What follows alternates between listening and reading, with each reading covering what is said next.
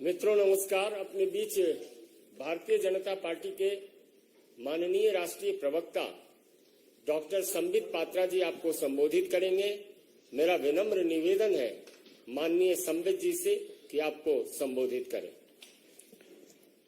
संजय जी बहुत धन्यवाद। यहाँ मौजूद सभी पत्रकार वृंदों को बहुत बहुत अभिनंदन और बहुत धन्यवाद।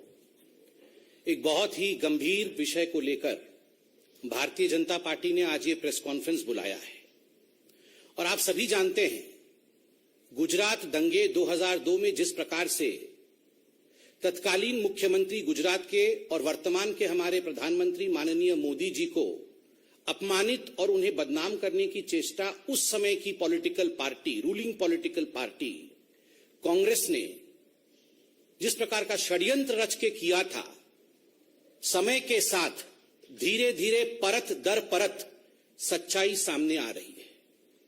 आप सबको अवगत है कि चंद हफ्तों पहले सुप्रीम कोर्ट में जब यह केस कॉन्क्लूड किया था तो सुप्रीम कोर्ट ने कुछ सख्त टिप्पणी की थी।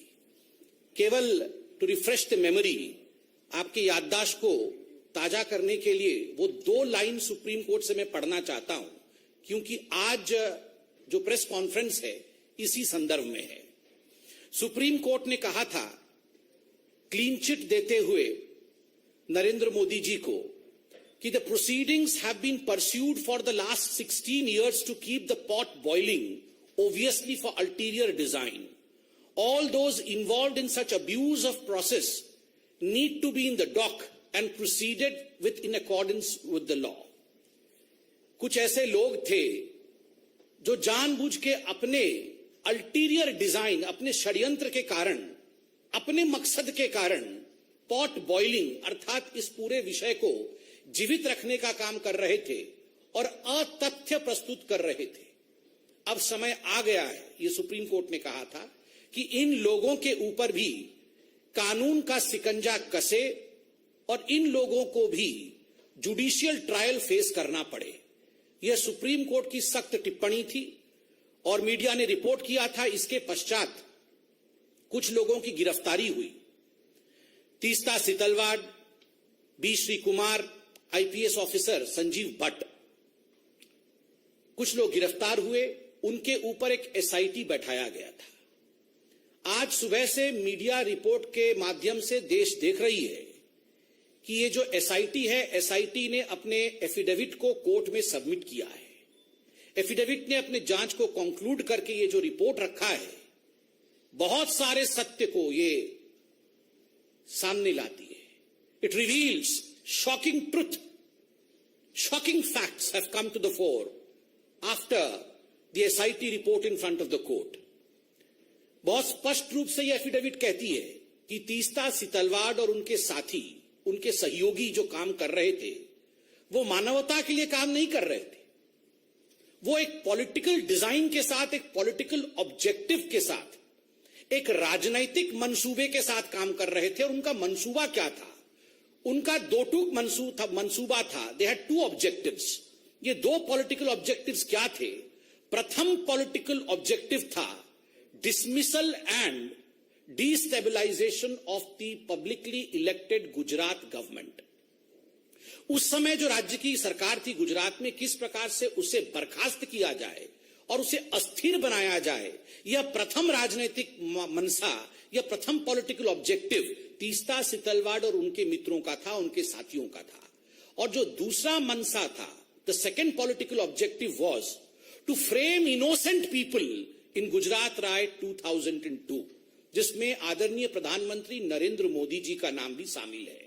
किस प्रकार से नरेंद्र मोदी जी के नाम को शामिल किया जाए, किस प्रकार से उन्हें अपमानित किया जाए, उनको किस प्रकार से पदच्युत किया जाए, किस प्रकार से उन्हें परेशान किया जाए, ताकि भविष्य का एक लीडर जो भारतीय जनता पार्टी को आगे लेने की क्षमता जिसमें है, उसे रोका जा सके। इस मनसा के साथ तीस्ता और उनके साथी काम कर रहे थे।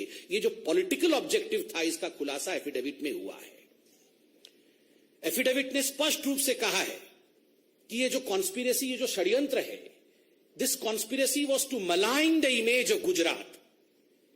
केवल नरेंद्र मोदी और केवल राजनीतिक दृष्टिकोण से नहीं, गुजरात किस प्रकार से इसमें उसके चित्र को मलिन किया जाए, इमेज ऑफ गुजरात को धक्का पहुंचे, यह षड्यंत्र भी तीस्ता सितलवाड़ और उनके साथी कर रहे थे। और दुख का विषय है, जो हम कह रहे थे, जो हम सोच रहे थे, जिस पर डिबेट और डिस्कशंस होते थे, आज एफिडेविट में वो हकीकत सामने आया है कि षड्यंत्र तो हुआ, षड्यंत्र के रचयिता कौन थे? Who were the ones who were driving these conspiracies? Ahmad Patel, Shri Ahmad Patel, जो पूर्व के कांग्रेस के दिग्गज नेता, राज्यसभा के मेंबर ऑफ पार्लियामेंट और मुख्यतः chief political adviser to the then Congress president Sonia Gandhi.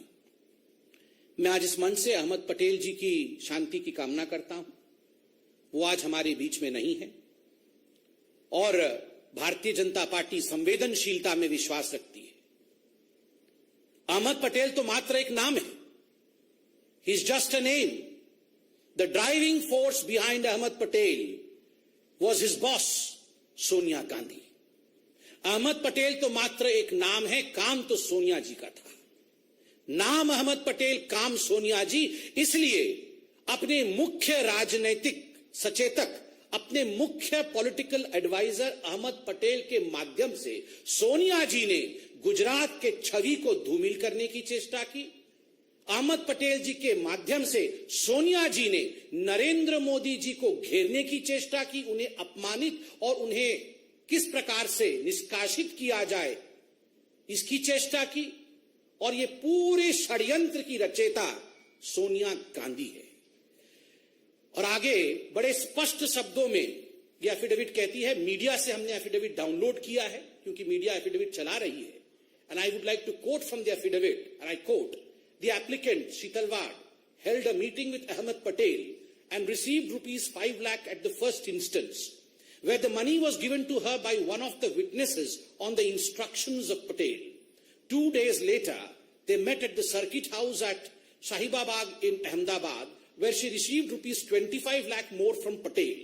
This amount was not for relief work, as relief activity was carried out by Gujarat Relief Committee. There were many other political leaders in the meeting. पैसे दिए गए और जो पहला किस्त गया है, वो पहला किस्त 5 + 25 अर्थात 30 लाख का पहला किस्त सोनिया गांधी जी ने तीस्ता सितलवाड़ को दिया। अहमद पटेल जी हमारे बीच में नहीं है, अहमद पटेल जी ने तो केवल डिलीवर किया, दिया सोनिया जी ने अपनी तिजोरी से, डिलीवरी की अहमद पटेल जी ने और लिया तीस्ता सितलवाड़ ने। और याद रखिए, ये 30 लाख उस जमाने में केवल पहला किस्त था। This was just the first instalment. इसके आगे न जाने कितने करोड़ों रुपए सोनिया गांधी जी ने नरेंद्र मोदी जी को अपमानित और बदनाम करने के लिए, झूठे षड्यंत्र में फंसाने के लिए, बीजेपी को नीचे गिराने के लिए, बीजेपी कैसे आगे ना बढ़े इस चेष्टा में, और केवल बीजेपी और मोदी को पीछे रख करके राहुल गांधी को प्रमोट करने के लिए तीस्ता सितलवाड़ का इस्तेमाल इस पैसे से सोनिया गांधी जी ने किया। और एक बड़ी बात जो एफिडेविट कहती है, this money was not for relief work. ये पैसा कोई रिलीफ वर्क के लिए नहीं था, किसी गरीब के लिए नहीं था, किसी दुखियारी के लिए नहीं था। ये पैसा उनके पर्सनल यूज के लिए था, क्योंकि गुजरात रिलीफ कमेटी बनी हुई थी। जो भी पैसा रिलीफ वर्क के लिए जाता था वो इस कमेटी में जाता था। और दूसरे पॉलिटिकल लीडर्स के साथ भी मीटिंग हुई। सबसे बड़ी बात है, यह एफिडेविट कहती है 4 महीने बाद पुनः एक क्लैंडेस्टीन, कोट अनकोट क्लैंडेस्टीन माने चोरी चोरी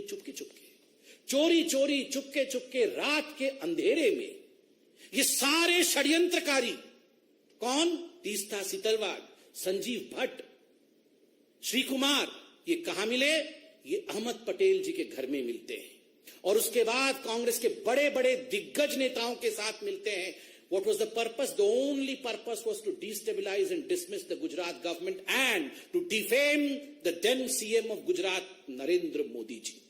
एक ही मकसद था, उसको लेकर इनकी मीटिंग होती है।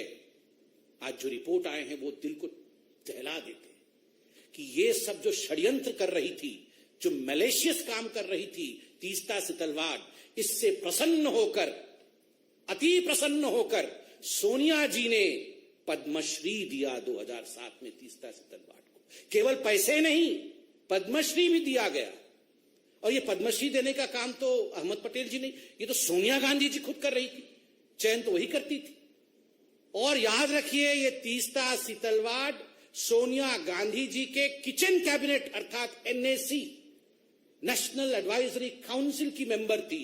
Teesta Setalvad was one of the coveted members, a revered member of the National Advisory Committee of Sonia Gandhi, which was a non-constitutional body, and she worked according to the advices of Teesta Setalvad. बंधुगण, आज अखबारों में यह भी छपा है कि तीस्ता सितलवाड़ राज्यसभा की सीट चाहती थी, राज्यसभा का नॉमिनेशन चाहती थी। ये तो हम सरकार में आ गए, वरना आज तीस्ता सितलवाड़ हो सकता है गृह मंत्री होती, हो सकता है आज एक बहुत बड़े पद पे होती। किस प्रकार से ये सरकार पहले चल रही थी। और अंत में ये एफिडेविट कहती है miss appropriation of funds for personal use. Personal use के लिए मिस अप्रोप्रिएट किया फंड, और ये जो फंड मिस अप्रोप्रिएट किया, इसका एक एफआईआर हुआ था, फिरोज खान पठान ने किया था गुलबर्ग सोसाइटी के। गुलबर्ग सोसाइटी के खुद फिरोज खान पठान ने किया था कि पैसा तो हमारे नाम पे इकट्ठा किया, म्यूजियम बनाएंगे ऐसा कहा, किंतु ये सारे पैसे आपने खर्च किए अपने ऊपर। और मैं आज एक मोटा सा दस्तावेज लेके आया हूं। ये जो दस्तावेज है, ये बीजेपी का दस्तावेज नहीं, ये हाई कोर्ट ऑफ गुजरात का जजमेंट है। आप सोचिए जरा, सुनिए जरा, मैं पढ़ता हूं। द डाटा रिसीव्ड, मैं आपको एक एक करके पढ़ के सुनाता हूं कोर्ट के ऑब्जर्वेशन क्या था। Money which was meant for the poor and the needy have been misappropriated by the applicants for their own materialistic pleasure and comfort. Huge amount has been used for the purchase of items like wine, shoes, holiday resorts, air tickets, etc. Wine or shoes, holiday resorts. ये है तीस्ता सितलवाड़ की हकीकत। Wine and shoes, resorts, गरीबों के पैसे के ऊपर इस प्रकार का जुल्म। और सुनिए कोर्ट क्या कहती है।